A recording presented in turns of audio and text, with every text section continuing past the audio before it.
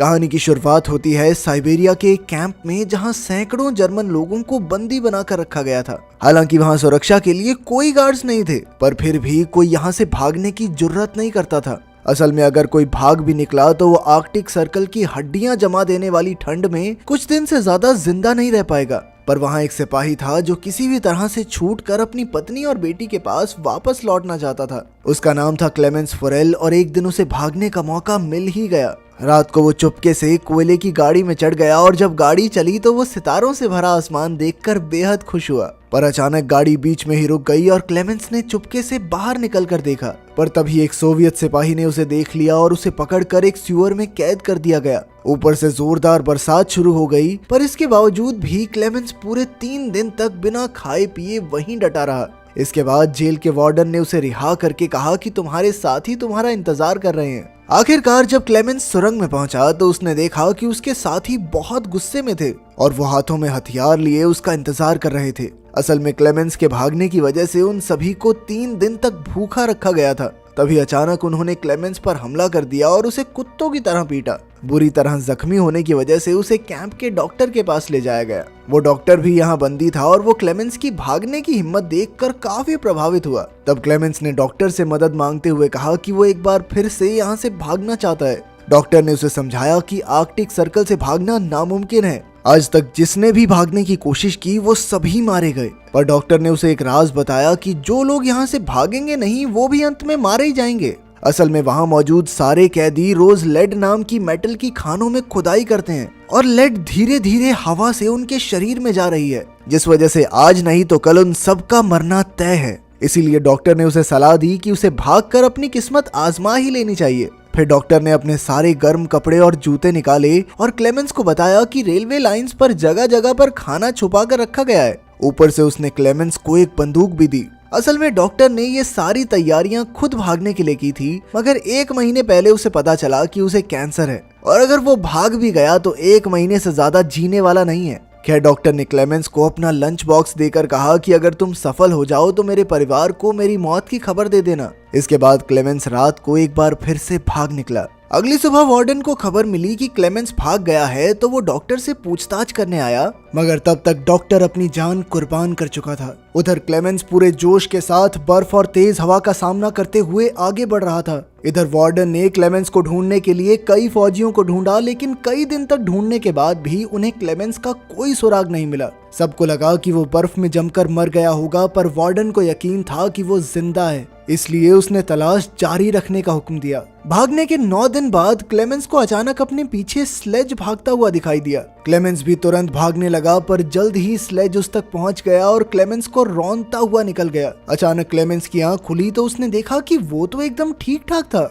असल में ये पूरी घटना उसके मन का वहम थी। उसके चारों ओर सफेद बर्फ की चादर थी और खाना भी खत्म हो चुका था। उसका दिल डूबने लगा और उसने भगवान से कोई चमत्कार करने को कहा, पर आर्कटिक सर्कल में दूर दूर तक बर्फ के सिवा और कुछ नहीं था। अब उसके पास कोई चारा नहीं था, इसीलिए वो कुछ दिन तक जैसे तैसे आगे बढ़ता रहा। आखिरकार उसके शरीर ने जवाब दे दिया और वो भूख की वजह से बेहोश हो गया। कुछ समय बाद उसकी आंख खुली और उसने एक अजीब सी आवाज सुनी। तभी उसकी नजर एक सील पर पड़ी और उसकी आंखें चमक उठी। उसने तुरंत अपनी बंदूक निकाली और कांपते हाथों से सील पर गोलियां चला दी, पर बदकिस्मती से उसका एक भी निशाना नहीं लगा। सील भागने लगी तो क्लेमेंस उसके पीछे दौड़ा, पर अचानक वो बर्फीले पानी में घुस गई। खैर उसने ज्यादा न सोचते हुए एक गोली चलाई और आखिरकार सील को मारने में कामयाब रहा। खाना खाने के बाद उसने अपने पैरों पर पट्टियां बांध ली ताकि ठंड से उसे थोड़ी राहत मिले। थोड़े आराम के बाद क्लेमेंस फिर से अपने सफर पर निकल पड़ा। अपने अकेलेपन और इतने लंबे सफर में उसका दिमागी संतुलन आसानी से बिगड़ सकता था,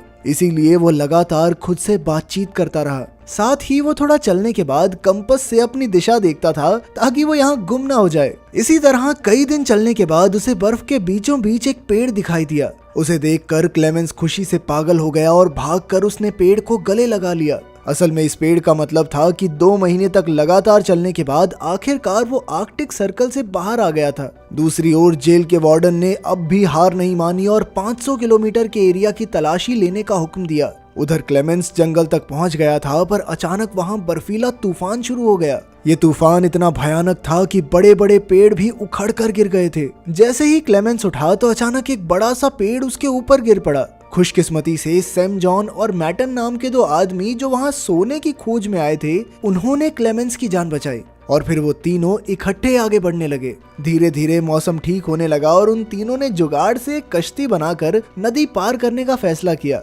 तीनों ने एक दूसरे को अपने जीवन की कहानियां सुनाई, पर कुछ ही देर में नदी का बहाव बहुत ज्यादा तेज हो गया, जिससे क्लेमेंस और मैटन कश्ती को संभाल नहीं पाए। अचानक सैम जॉन का बैलेंस बिगड़ा और वो नदी में गिर पड़ा। सैम जॉन डूबने ही वाला था कि क्लेमेंस ने अपनी जान की परवाह ना करते हुए तुरंत नदी में डुबकी लगा दी। काफी मुश्किलों के बाद वो सैम जॉन को किनारे तक ले ही आया। उधर मैटन उन्हें बीच में ही छोड़कर अकेला ही आगे बढ़ गया। जब वो अपनी झोपड़ी में पहुंचा तो उसने सोचा कि सैम जॉन तो नदी में मर ही गया होगा, इसीलिए उसने सैम जॉन का सोना और बाकी कीमती चीजें चुरा ली। लेकिन फिर कुछ ही पलों में सैम जॉन और क्लेमेंस भी वहां आ पहुंचे। मैटन के धोखे से सैम जॉन को बहुत गुस्सा आया, इसीलिए उसने गोली चलाकर मैटन की जान ले ली। इसके बाद सैम जॉन और क्लेमेंस ने अपना सामान बांधा और एक बार फिर से सफर पर निकल पड़े। खैर, जल्द ही सर्दी का मौसम शुरू हो गया और आगे बढ़ना और भी मुश्किल। तब क्लेमेंस ने सैम जॉन का बैग लेकर उसका बोझ कम करने की कोशिश की, मगर सैम जॉन को लगा कि क्लेमेंस उसका सोना चुराना चाहता है, इसलिए उसने अपने बैग से क्लेमेंस पर हमला कर दिया। इस वजह से क्लेमेंस बेहोश हो गया और जब उसकी आंख खुली तो उसने देखा कि भेड़ियों का एक झुंड दौड़ता हुआ उसकी तरफ आ रहा था। क्लेमेंस तुरंत एक पेड़ पर चढ़ने लगा, पर भूखे भेड़िए उसकी पैंट से उसे नीचे खींच रहे थे। बहुत कोशिशों के बाद वो छोटा सा पेड़ ही नीचे गिर गया और अब क्लेमेंस की मौत उसके सामने खड़ी थी। तभी अचानक गोलियां चलने की जोरदार आवाज आई, जिसमें सभी भेड़िए मारे गए। असल में इस इलाके के चरवाहों ने क्लेमेंस की जान बचाई थी। वो क्लेमेंस को उठाकर अपने गांव में ले गए, जहां कई चरवाहों ने उसका इलाज किया। उनकी मदद से क्लेमेंस का शरीर जल्द ही एकदम ठीक हो गया और इतने समय बाद लोगों से मिलने पर उसे बहुत खुशी हो रही थी। कई चरवाहों से उसकी दोस्ती हो गई, पर जल्द ही जेल के वार्डन का भेजा हुआ नोटिस वहां भी पहुंच गया, जिसके मुताबिक जो भी क्लेमेंस को पनाह देगा वो जान से हाथ धो बैठेगा। इसलिए मजबूरन क्लेमेंस को वहां से निकलना पड़ा। जाने से पहले चरवाहों ने उसे काफी सारा खाना और एक शिकारी कुत्ता तोहफे में दिया। अब घर लौटने के इस सफर में उसका एक साथी भी था, इसीलिए क्लेमेंस को अकेला महसूस नहीं हुआ।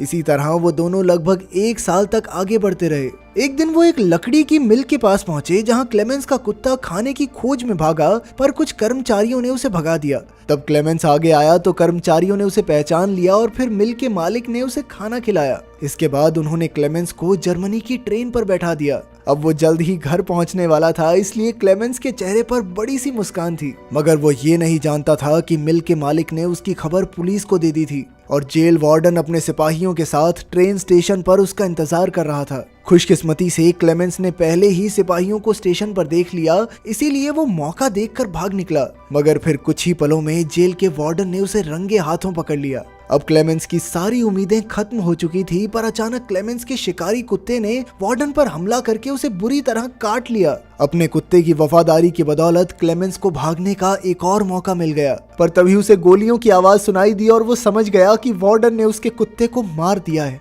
मगर क्लेमेंस उसकी मौत का शोक भी नहीं मना पाया और लगातार भागता रहा। मौका देखकर वो एक पुल पर चढ़ा और नीचे से गुजर रही ट्रेन पर कूद गया। आज एक बार फिर से वो बाल बाल बच निकला था। इसके बाद वो लगातार अपने रास्ते पर आगे बढ़ता रहा। इसी तरह काफी समय बीता और साल 1952 आ गया, जब क्लेमेंस के पास ना तो पैसे की फूटी कौड़ी थी और ना ही खाने को दाना। वो एक मेले में घूम रहा था, जहां उसकी नजर लजीज खाने पर पड़ी, मगर दुकानदार ने उसे धुतकार कर भगा दिया। चलते चलते वो पैनकेक्स के ठेले पर आया, जहां 2 लड़कियों ने उसका स्वागत किया, मगर उसके पास पैसे नहीं थे, इसीलिए वो खुद ही निराश होकर आगे बढ़ गया। मगर एक नेक दिल लड़की को उस पर तरस आ गया और उसने पैनकेक का एक टुकड़ा तोड़कर एक बच्चे के हाथ क्लेमेंस को दिया। पहले तो क्लेमेंस हिचकिचाया, पर फिर उसने पैनकेक लेकर खा ही लिया।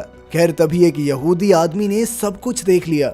इधर क्लेमेंस चलते चलते एक चर्च में पहुंचा और उसने हाथ जोड़कर भगवान से प्रार्थना की। वो यहूदी आदमी भी उसके पीछे पीछे यहाँ तक आ पहुंचा, पर उसने क्लेमेंस को पुलिस के हवाले नहीं किया। असल में वो भी कुछ समय पहले एक वॉर प्रिजनर रह चुका था, इसीलिए वो क्लेमेंस की हालत समझ सकता था। वो क्लेमेंस को अपने घर ले आया, जहां क्लेमेंस नहा धोकर अपने पुराने रूप में वापस आ गया। यहूदी आदमी ने उसे एक पासपोर्ट और कुछ कागज भी दिए, जिससे क्लेमेंस का दिल भर आया। आखिरकार पासपोर्ट लेकर क्लेमेंस सोवियत सरहद के पार पहुंच गया और फिर थोड़ी पूछताछ के बाद उसे जाने दिया गया। क्लेमेंस को इतनी खुशी हुई कि उसे जानबूझकर अपनी हंसी रोकनी पड़ी। आखिरकार अब वो आजाद हो ही गया था, मगर जैसे ही वो सुआ पुल के बीच पहुंचा तो उसके चेहरे पर चमचमाती रोशनी आई और तभी उसके सामने जेल का वार्डन आ गया। उसे देखकर क्लेमेंस के होश उड़ गए और उसने पीछे मुड़कर देखा कि वो अब भी सोवियत जमीन पर ही था, जिसका मतलब ये था कि वार्डन अब भी उसे गिरफ्तार कर सकता है। अब क्लेमेंस का दिल डूब गया क्योंकि उसकी इतने सालों की कड़ी मेहनत के बाद अब आजाद होने की चाहत मिट्टी में मिल रही थी।